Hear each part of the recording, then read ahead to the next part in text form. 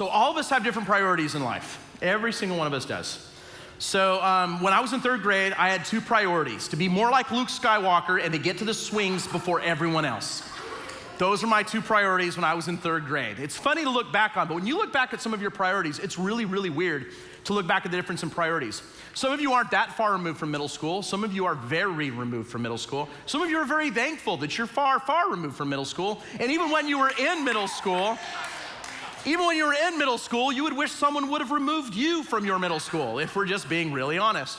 I have said it often. I feel like middle school is some of the hardest years of your life. And I feel like no creation is meaner than a middle school girl. Just saying. Is that true? Yeah, thank you. And now I get to focus on them all the time, so you're welcome. So here's the thing that I noticed. When I was in middle school, I had a different priority. My priority in middle school was to try to be as much like the group of people that seemed to have it the most together and to get them to like me. Does that sound a little like middle school? Because it was a survival tactic, right? And now you're a young adult, you're in high school, and you're having to kind of shift what priorities look like. And when you start to think deeper about life, your priorities also get deeper. And your priorities are gonna shift based on what you put your faith in. Because what you put your faith in is going to either leverage you towards your priorities or is going to get in the way, depending on how your priorities and your faith line up. So here's the first question I want to ask you. I don't have a slide for it. I just feel like I'm supposed to ask you this. Is if you were being asked point blank range, what is your biggest priority, what would you say? Because that's a question only you can answer. And I don't think anybody asks you that enough. And that might be worth writing down. It might be worth asking someone else whose opinion you matter. What is your biggest priority? And then here's the other one. What do you put your most faith in? Because here's what I know. Everyone puts their faith in something or someone. Everybody does. Even people who aren't church people put their faith in something or someone. Everybody does. Even the person that says, well, I'm not really a religious person, puts their faith in something or someone. Because faith is this. Faith is when you take trust and belief and you merge them together and it creates momentum in your life. That is what faith is. Faith is you take your trust, what you trust in your life, who you trust in your life, and then you apply that into individual moments, coupling it with belief, and belief together makes faith, which is why over and over and over in the Bible, Jesus says, "O you of little faith." He says it about a half dozen times in the book of Matthew alone. And the reason he says that is because the people that he thinks should know better, because they've hung out with Jesus for months and sometimes years, they've seen him perform miracles, they've seen him do all these things. He's like, why was your faith so little in that moment? Basically, you had belief, but you didn't have enough trust, so you had little faith. It's fascinating to me. See, what we get into a little bit of a box with, and this is what this series has kind of been about, is we feel like there's these two opposite worlds that crash into each other about science and faith. And if I could put my own words on it, this is what I would say. Science helps us understand the what and how, but faith helps us understand the who and why. Because those are the things that differ, in my opinion, between what these two aspects of life answer. One's not better or worse than another. They're looking at the same thing, but they're asking and trying to answer different questions. See, the beautiful thing about science is that science is trying to help us look at processes and learn from them. I'm fascinated by the fact that there are people from your generation visiting Washington, D.C., locking eyes with these crusty old politicians and telling them they need to start listening to science because the previous generation has wrecked the world we live in. And if nothing changes, it's going to get worse before it gets better. Now, I can tell you that my faith personally actually has me want to take better care of the environment. Because in God's word, it actually says that we're supposed to rule over the world. We're supposed to care for the world. So in our household, we actually take recycling really seriously in my household. We take it really seriously. We recycle literally everything we can. We look to donate things whenever we can. We try not to just throw things away. We actually reuse things. We're a thrift store family. If we have a chance to get something and reuse it, we do it. We recycle plastics. We recycle paper. We do as much of that as we possibly can because my faith tells me there's a who and a why behind what I live in. And science tells me that if I don't help tweak my how and my what, that the world is not going to continue to proceed in the direction God wants it. That's where my why and my who is coupled with my how and my what. And when I do that well, I'm living out these questions. But here's the thing that gets kind of hard, is we want to control what's around us. And so a lot of the time we come to this kind of decision where our faith comes about us. This is what I've learned. When you put faith in someone or something outside of you, it's because you're giving control to them. And when you're actually trying to control everything yourself, it's because you're trusting people or process. And the reason for that is because it's far easier to trust people or process because you and me can control it. If this person lets you down, hey, you're good. You can just trust a new person. Hey, if this process lets you down, hey, it's cool. You can trust a new process. I'm a big sports guy, and I'm a big believer in great coaches that build great culture, and I'm a big fan of great systems that maximize the most talent. And usually what happens is you have people that'll put their trust in a great coach and a great system. But if the system stops working or you have different talent that comes in, you have to change your system. If you don't, you'll become irrelevant. The same way with a great coach. A great coach has to be adjusting to the times and the talent that he or she has. Because if they don't, what happens is they no longer are relevant to the team they have. That's why what's temporary is putting your faith in people and process. What's permanent is putting your faith in something or someone outside of your control. And that brings us to this. Everyone has faith. The question is, what is the focus of your faith? That's one of the biggest adult questions that only you can answer, that you will carry with you for the rest of your life. Whether you go to college 1,000 miles away from here, or 100 miles away from here, or 10 miles away from here, yay, calling college. Or if you don't go to college at all and you go into the military, or you jump right into a trade and a career, whatever you do, you're going to carry with you the most important answer to the most important question you're going to have. If someone has to ask you, where is the focus of your faith? What would be your answer? Because your focus of where your faith is, it's going to be what's going to guide you through the storms of life. It's going to be what anchors you when your world falls apart. If divorce hits your home, if remarriage hits your home because your mom or dad are remarrying, how does that affect you and how do you adjust? Where is your faith? If all of a sudden you're an athlete or a performer and you get horribly injured, where's your faith? If you lose someone close to you, where's your faith? Because it's not if a storm comes, it's when, and it's what. And that's where what your faith is going to really come through.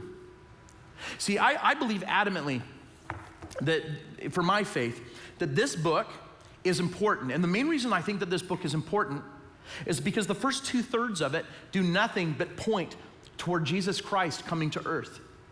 And that makes the first 2/3 of this book relevant to me. Now, some of it can get funky. If you were to try to just read it from cover to cover, I'm telling you, you're gonna get lost in people's names and who beget who and all kinds of weird family drama. I mean, there's some family drama in Genesis, y'all, that they could not show on TV, okay? There is some jacked up stuff there. But the thing that I know about it is it all points to Jesus. There's actually some times where it actually points to science instead of against it. And so I had some facts I wanted to read off really quick. And some references if you want to take a picture of this. Is kind of interesting. So literally thousands of years before the Catholic Church was actually executing people over it, the scriptures were saying that the world is round in Isaiah 40, verse 22. The fact that Earth actually floats in space and actually isn't a stagnant, only a center of reality is mentioned in Job 26:7, which a lot of people don't know this, but is actually the first book of the Bible actually written on record. That blood is essential for life.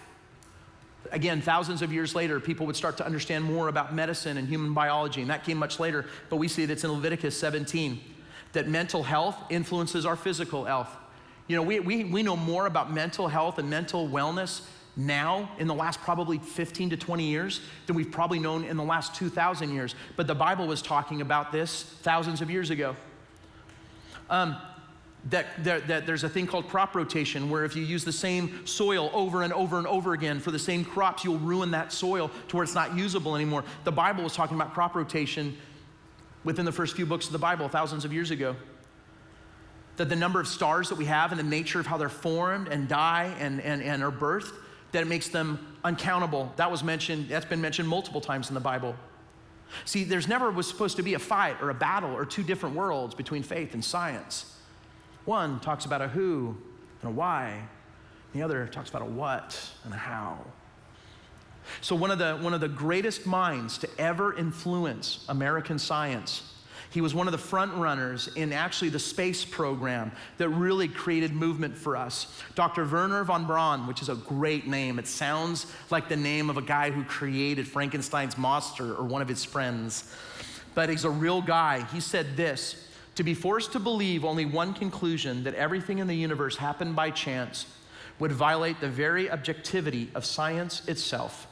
What random process could produce the brains of a man or a system of the human eye? See, here's one of the greatest minds of science to ever set foot on American soil.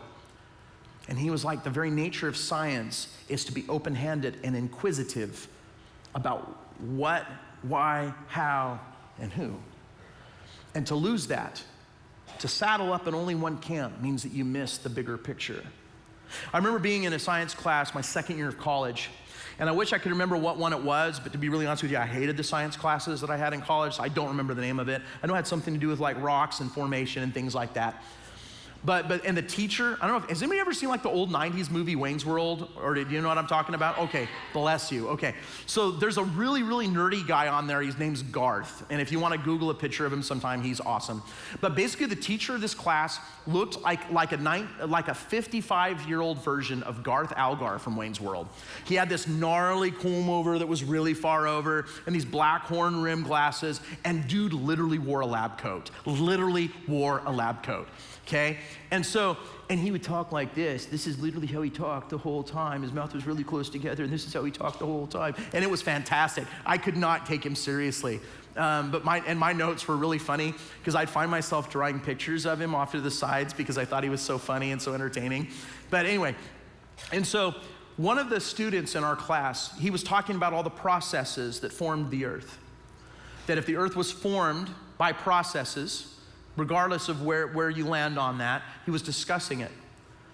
In this girl that was a couple years older than me, I want to say her name was Tori, or Torre, and she was from Kenya, and she had the most beautiful accent. She had long, gorgeous hair, and she had a beautiful accent. And she raised her hand very politely, and she said, "Professor." He said, "Yes." She said, "I cannot believe that life is merely processes, and that we are merely an accident." And I thought, oh my gosh. And there was a hush that came over the audience. No one in the classroom spoke. And he said, "Well, I guess the processes can be beautiful." And literally there were some people who laughed out loud because he was trying. But her point was so big. You are more than a process. You have to be. The beauty and the imagination and creativity of who you are is far bigger than any kind of accident of molecules and chemicals and assorted tissue. You're too unique, you're too wonderful. And I can't help believe that the who and the why is part of that. We have to hang our hat on one thing, the who and the why. See, if the first 2/3 of this is pointing toward Jesus, there has to be a reason why. And so in Matthew chapter 28, we see why. In Matthew 28, verses 2 through 6, there was a violent earthquake, for an angel of the Lord had come down from heaven and going to the tomb, rolled back the stone and sat on it. His appearance was like lightning and his clothes were white as snow. The guards were so afraid of him that they shook and became like dead men. The angel said to the women, "Do not be afraid, for I know that you are looking for Jesus who was crucified. He is not here. He has risen, just as he said. Come and see the place where he lay." This is a big deal, and please leave the text on the screen for a moment. Every other religious figure who's ever walked the earth, every influential leader, philosopher, thinker, fighter, athlete, warrior, governor, politician, general, all of them, you can go to their tombs. Their bones are still there. There's only one memorable figure in the history of all of humanity that if you go to his tomb, the tomb is empty. Only one. Only one. Muhammad had a tomb with bones in it. Buddha had a tomb with bones in it. Every other great leader, thinker, influencer, Nietzsche, Alexander the Great, Einstein, Bill Gates will one day, but I think robotics might keep him going for a really long time. Actually, he'll convert himself to AI and he'll cheat death somehow, you watch. But he won't technically be alive, he'll just be a bunch of ones and zeros, so it still counts. But Jesus is the only one. He's the only one. We have so much evidence for this, so much evidence for this. In fact, one of the greatest thinkers from Oxford University, who is the head of their modern history department, has studied ancient history. This is what he had to say. "I have been used for many years and study the histories of other times and to examine and weigh the evidence of those who have written about them. And I know of those who have written about them. And I know of no one fact in the history of mankind which is proved by better and fuller evidence of every sort to the understanding of a fair inquirer that the great sign which God has given us, that Christ died and rose again from the dead." This is one of the greatest historical thinkers who ever has walked the earth. And he says, the greatest single historical event with the most evidence that we have is that Jesus Christ lived and rose again from the dead. So why do I say that's such a big deal? Because if he really rose from the dead, that means he was who he said he was. And if he was who he said he was, that means we should put our faith in him. And if we should put our faith in him, that means that we reorder our lives around that central fact. And if we do, that it changes the way we can see reality. Because all of a sudden, what we thought was really important might not be as important as we thought it was. And the things that might be used to get under our skin might not have as much power over us as we thought they did.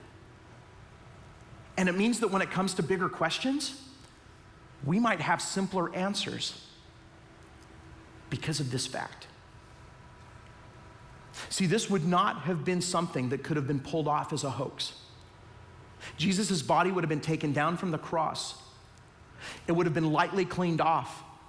It would have been packed with 100 pounds of pressed spices and pressed against his body to keep out the smell and the vermin and the bugs. And then it would have had a gummy substance that would have been kept it all close to his corpse. And then it would have been wrapped tightly with linen.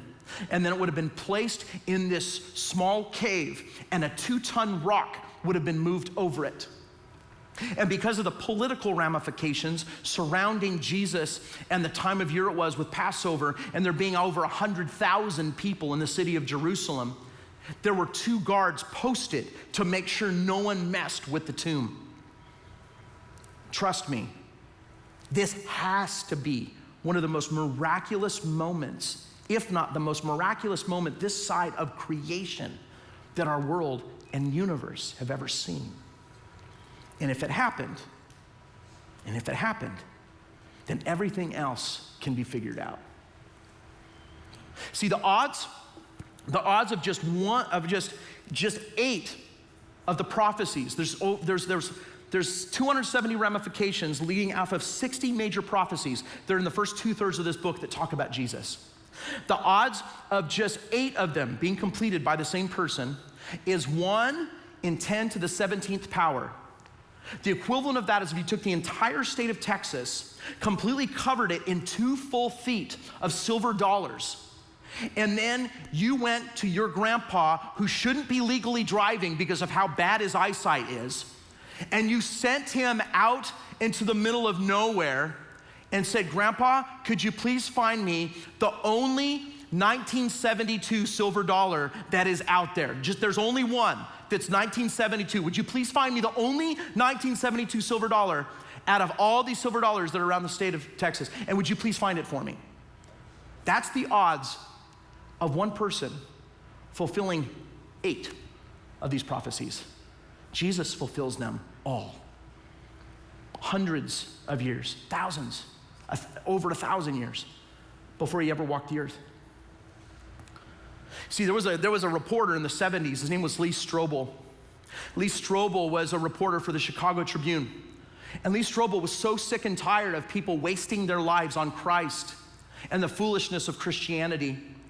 He actually set out as the award-winning reporter that he was to do research and to disprove Christianity. That was his goal. The more deep into his research he got, the more wrong he realized he was. And right now, Lee Strobel is one of the biggest voices in what we call apologetics, which is the defense of being able to put your faith in Christ in America. In fact, there was a movie made about it called The Case for Christ. There was a movie based on the book that he wrote called The Case for Christ. The book is very good. There's one that's a student edition. You're more advanced than that. Please don't read the student edition of it. You're smarter than that. Please don't read it. Read the regular one. Don't read the student one. And the movie isn't bad. I watched it on Netflix this summer. It wasn't bad. It tells a great story. And most of it's pretty accurate to the real story that he was. See, what Lee had to find is Lee had to find what he would build his foundation on. In Matthew chapter 7, there's a clear idea about foundation. In Matthew chapter 7, there's an idea of 2 things about the foundation to build in your life. When Jesus is talking to the people, and he's what he's done is, for almost the full chapter of Matthew 7, is he's talked about how we need to put our foundation on one of 2 things. And in this, he talks about how there's a wise man who puts his foundation on a brick. Now, I'm not a small person, but I can stand on this and it will support me as long as I don't fall off of it. And I have a history of falling off of stages. But this is a good foundation for me. One of the reasons why when earthquakes hit a lot of homes in the United States that we don't have as many fatalities is because we build on very firm foundations, and there's laws to make sure that we do. If you go to other countries that don't have as much resources, they build on whatever land is there. And that's why when an earthquake happens in somewhere like Haiti, or in Southeast Asia, or in Guatemala, hundreds, maybe even thousands of people die. But when earthquakes happen in the United States, it's maybe a dozen or dozens of people who die. Still terrible, but not as bad as it could be. See, one of the things that Jesus talks about in Matthew 7 is he talks about how the foolish person is going to try to build a foundation in sand.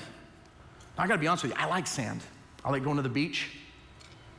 We go to a beach camp every summer. It's fantastic. I firmly believe that a bad day at the beach is still better than a good day almost anywhere else. I firmly believe that. I like building sand castles at the beach. There's something about sand where I can form it, I can hold it, I can touch it. I can make it into images that I want. I can make it into something that makes me feel more entertained, maybe safer, maybe more comfortable.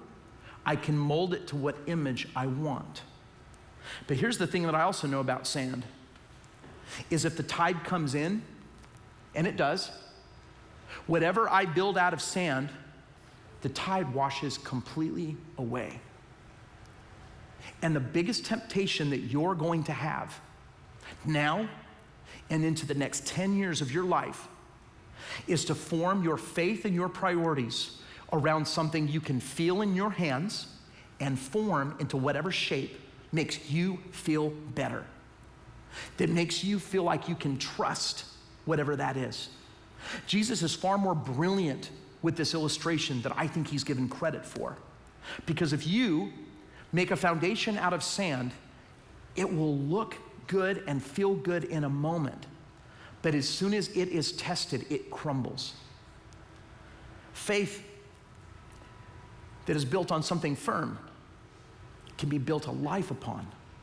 And that's the question that you and I need to ask ourselves, is do we trust who Jesus is? And if we don't, what's getting in the way of that? That's a question only you can answer. And that's my hope for you, is that you will be able to build your faith on what matters most. And I'm hoping that it'll be on your faith in Christ. Now I'm gonna ask a very blunt question. Some of you may have never for yourself put your own faith in Jesus before. For yourself. I'm not saying that you didn't hear great stories at church. I'm not saying that you haven't grown up in a culture that says who Jesus is. But I'm saying, have you personally put your faith in Jesus? Have you personally said, I believe Jesus is who he says he is? And if not, what's getting in the way of you trusting him? What's getting in the way of you taking that next step of dependence on him? And maybe you have made that decision, but if you're honest, you're a little confused right now. There's some other things kind of getting in the way. You're trying to kind of figure it out yourself. And if you're honest, it looks good on the outside to a lot of people, but you're falling apart on the inside. Because the sand, it's like this. It's a little bit in your hands, but it just isn't visible to everybody else. And we're gonna have a moment we're gonna take to do that. And I would love for you to think through what that moment is for you. What is getting in the way of you putting your full trust in Jesus? What is it? And so right now, we're gonna have some papers go around. And I wanna encourage you to be very honest. I want to encourage you to be very honest. In your small groups later, if you are so inclined and are so in a moment to do that, I would encourage you to actually share with your small group leader. This is what's getting in the way of me trusting Jesus that next step. Because here's the thing, when we come together with our vulnerabilities, God shows up. We're gonna take a moment where we're going to revisit the song, Building Our Trust. If you wanna sing along with Jess, you can do that. If you wanna take this as a moment to really write down honestly what this is, and here's the thing that I'll tell you, if you could try to be quiet for someone else, that would be awesome. And if just this isn't you and you're not into it, that's cool. But if you'd be respectful for the people near you, we would really appreciate it. So let's take a moment and really reflect on this idea about putting our full trust in Jesus.